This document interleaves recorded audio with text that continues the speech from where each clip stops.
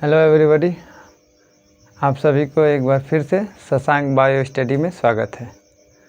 आज आप लोगों को कक्षा 12 जीव विज्ञान यानी बायोलॉजी पढ़ाया जाएगा। उसमें से आपको जीव विज्ञान से वन शॉट पढ़ाया जाएगा, ठीक है। यानी वन शॉट का मतलब कि जो बहुविकल्पी होता है उसी बहुविकल्पी को आज यहाँ पे पढ़ाया जाएगा, ठीक है। तो आप लोग थोड़ा सा ध्यान दीजिएगा। और ये आपको यूपी बोर्ड्स में जो सबसे ज़्यादा इम्पॉर्टेंट होने वाला है, जो एक एक नंबर के क्वेश्चन होते हैं, वो आपको ज़्यादातर यहीं से देखने को मिलेगा। तो आप कोशिश मेरी यही रहेगी कि आप लोगों को यूपी बोर्ड एग्ज़ाम में जो 2025-26 होने वाला है उसमें आप लोगों को यहाँ से संबंधित बहुत से क्वेश्चन उस यूपी बोर्ड के एग्ज़ाम में मिले, ठीक है। तो आइए हम पहले चलते हैं क्वेश्चन की तरफ। तो हमारा फर्स्ट क्वेश्चन ये है, क्या क्वेश्चन कर रहा है कि वह स्थान जहाँ बीजांड या बीजांड वृत्त से जुड़ा रहता है कहलाता है। क्या क्वेश्चन कर रहा है कि वह स्थान जहाँ बीजांड वृत्त से बीजांड वृत्त से जुड़ा रहता है वह क्या कहलाता है। क्वेश्चन में पूछा गया है क्या कहलाता है। तो आपको ऑप्शन दिया गया है, पहला ऑप्शन दिया है निभाग, दूसरा ऑप्शन दिया गया है बीजांड द्वार, तीसरा ऑप्शन दिया है बीजांड काय और चौथा ऑप्शन दिया गया है नाभिक, ठीक है। चौथा ऑप्शन दिया गया है आपको नाभिक। तो ये जो पूछा क्या गया है आपको कि बीजांड वृत्त यानी बीजांड जो होता है बीजांड वृत्त से जुड़ा होता है क्या कहलाता है। तो उसको हम ऑप्शन में क्या कहेंगे, तो हम कहेंगे क्या चीज़, हमें ये जुड़ा किससे होता है, नाभिक से। किससे जुड़ा होता है, नाभिक से जुड़ा होता है। ऑप्शन में आपका क्या रहने वाला सही, तो आपका सही करेक्ट आंसर क्या हो जाएगा, नाभि हो जाएगा, ठीक है। आपका सही करेक्ट आंसर क्या हो जाएगा, नाभि। अगले क्वेश्चन की तरफ चलते हैं। अगला क्वेश्चन देखिए क्या कह रहा है कि बिना निषेचन के फल के विकास, किसके, बिना निषेचन के फल के विकास को कहते हैं।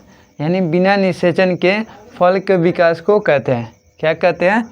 और आपको 4 ऑप्शन दिया है, ठीक है।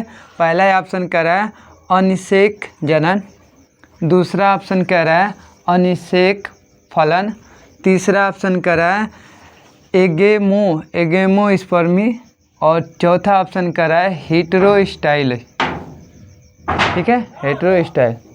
अब ये आपका 4 है।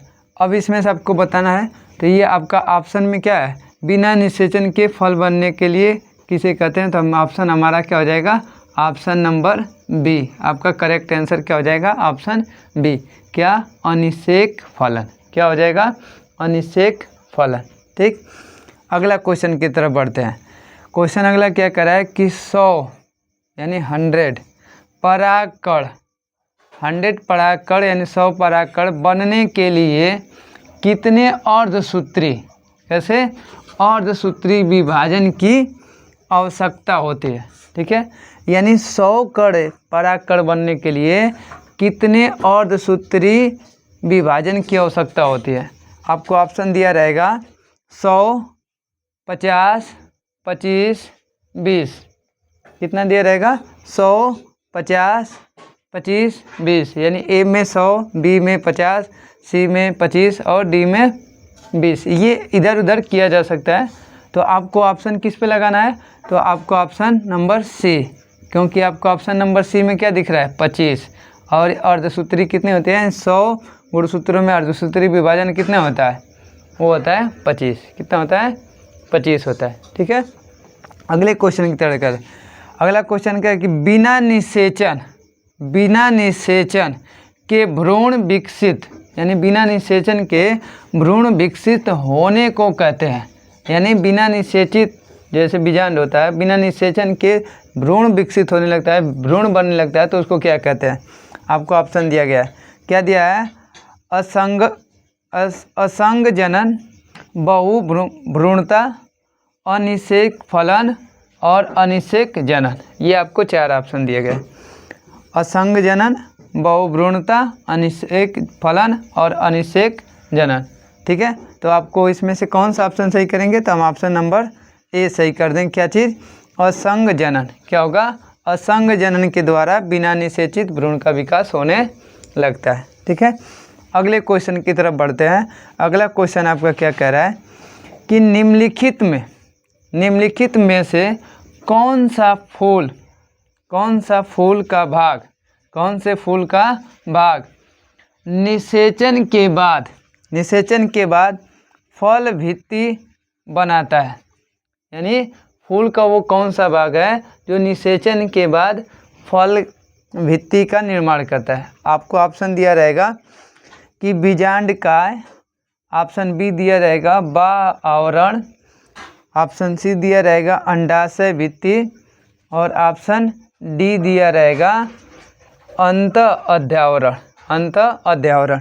तो इसमें से आपको कौन सी होगी? तो हमारा उत्तर इसमें क्या रहने वाला है?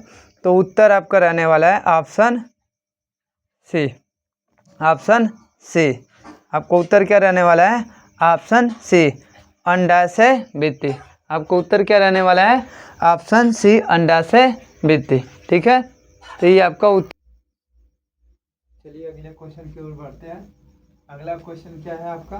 तो अगला क्वेश्चन आपका है कि निषेचन के पश्चात बीजांड परिवर्तित होता है।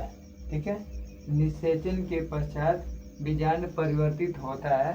किसमें परिवर्तित होता है? तो आपको ऑप्शन दिया रहेगा। क्या है आपको ऑप्शन दिया है? ऑप्शन दिया है अध्यावरण में, दूसरा दिया है बीज में, तीसरा दिया है बीजांड में, तीसरा दिया है भ्रूण में और चौथा दिया है भ्रूण पोष में। चौथा दिया है ऑप्शन भ्रूण पोष में। तो आपको ये किस में होगा? निषेचन के पश्चात बीजांड किस में परिवर्तित होगा? बीजांड किस में परिवर्तित होगा? तो ये होगा बीज में। इसमें होगा ऑप्शन नंबर बी आपका करेक्ट हो जाएगा। क्या चीज? बीज में। क्या हो जाएगा? बीज में, ऑप्शन नंबर बी। अगले क्वेश्चन की तरफ बढ़ते हैं। अगला क्वेश्चन क्या कर रहा है कि बहुकेंद्रीय अवस्था उपस्थित होता या होती है। ठीक है, बहुकेंद्रीय अवस्था उपस्थित होती है। किसमें उपस्थित होती है? तो आपको ऑप्शन दिया रहेगा शांत क्षेत्र में, मक्का में, या विभुजोत्तक उत्तक में, या फिर नारियल का तरल भ्रूण पोष में। ठीक है, तो ये आपको 4 ऑप्शन मिलेगा।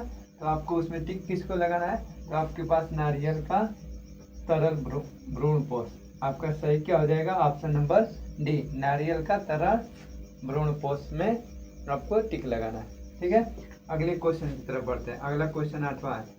8वां क्वेश्चन क्या कह रहा है कि टेपिटम पाई जाती है। टेपिटम पाई जाती है। ठीक है, यानी जो टेपिटम होता है ये कहाँ पे पाई जाती है? आपसे ये क्वेश्चन कर रहा है। क्वेश्चन में आपको ऑप्शन क्या दिया है? परागकोश भित्ति में, दूसरा ऑप्शन दिया है मादा युग्मक भित्ति में, तीसरा ऑप्शन दिया है नर युग्मक भित्ति में और चौथा आपको ऑप्शन दिया है अंडाशय में। तो आप टिक किस पे लगाएंगे? यानी सही आपका करेक्ट आंसर क्या हो जाए? तो आपका करेक्ट आंसर ए होने वाला है। क्या चीज होगा? करेक्ट आंसर ए का मतलब कि परागकोश भित्ति में। किसमें? परागकोश भित्ति में। किसमें हो जाएगा? परागकोश भित्ति में। ठीक है, अगले क्वेश्चन की तरफ बढ़े। Question number 9। ठीक है, लिखा गया है आपके क्वेश्चन में कि जायांग का वह भाग जो परागकण ग्रहण करता है कहलाता है। यानी पराग का वह भाग जो जायांग का वह भाग जो परागकणों को, किसको? परागकणों को क्या करता है? ग्रहण करता है, लेने का कार्य करता है। क्या कहलाता है? तो ये आपके पास 4 ऑप्शन है। एक ऑप्शन आपका है वह है वर्तिका, दूसरा है वर्तिका, तीसरा है आपका बीजांड और चौथा है आपका अंडाशय। तो ये स्त्री केसर का कौन सा भाग होता है? वर्तिकाग्र वाला भाग होता है, वर्तिकाग्र। यानी ऑप्शन आपका ए करेक्ट हो जाएगा। ऑप्शन आपका ए क्या हो जाएगा? करेक्ट हो जाएगा। आपका ए ऑप्शन करेक्ट में क्या होगा? वर्तिकाग्र। इसका उत्तर क्या होगा? वर्तिकाग्र होगा। ठीक है, बढ़ते हैं अगले क्वेश्चन की तरफ। ठीक है, अगला क्वेश्चन 10 कहा गया आवृत्त बीजियों। यानी क्वेश्चन क्या कर रहा है? आवृत्त बीजियों में भ्रूण पोष होता है। यानी आवृत्त बीजी जो पौधे होते हैं उसके अंदर भ्रूण पोष होता है। इसमें होगा तो ऑप्शन देखिए। आपका ऑप्शन दिया है पहला द्विगुणित में, बी ऑप्शन दिया है त्रिगुणित में, सी ऑप्शन दिया अगुणित में, और डी ऑप्शन दिया है बहुगुणित में। ठीक है, तो ये किस में होता है भ्रूणपोष, तो हम कहेंगे क्या चीज़, तो आपको ऑप्शन हम सीधा कहेंगे किसको, option number B is the correct answer. ठीक है, बी हमारा सही होगा। कौन सा, त्रिगुणित में, त्रिगुणित में होता है। ठीक है, यानी भ्रूणपोष होता है त्रिगुणित में। आपका अगले क्वेश्चन की तरफ बढ़ते हैं 11th। निषेचन की खोज, निषेचन की खोज किसने की। ठीक है, निषेचन की खोज किसने की, इसको बताना है। आपको ऑप्शन दिया रहेगा क्या चीज़, निषेचन की खोज किसने की, तो आपको ऑप्शन दिया रहेगा क्या, नवासीन ने। ऑप्शन ए दिया रहेगा नवासीन, ऑप्शन बी दिया रहे स्टारबर्गर, स्टारबर्गर ने, ऑप्शन सी दिया रहेगा ल्यूवेन हॉक ने, और ऑप्शन डी दिया रहेगा रॉबर्ट हुक ने। ठीक है, आपके पास 4 ऑप्शन रहेंगे, आपको इसमें से बतलाना है कि निषेचन, ठीक है, निषेचन की खोज किसने किया था। तो हम ऑप्शन किस पे लगाएंगे, option number B is the correct answer, यानी हमारा बी क्या होगा, वो सही होगा। क्या, स्टारबर्ग ने, किसने किया था निषेचन की खोज, स्टारबर्ग ने किया था। तो हम चलते हैं अगले क्वेश्चन की तरफ।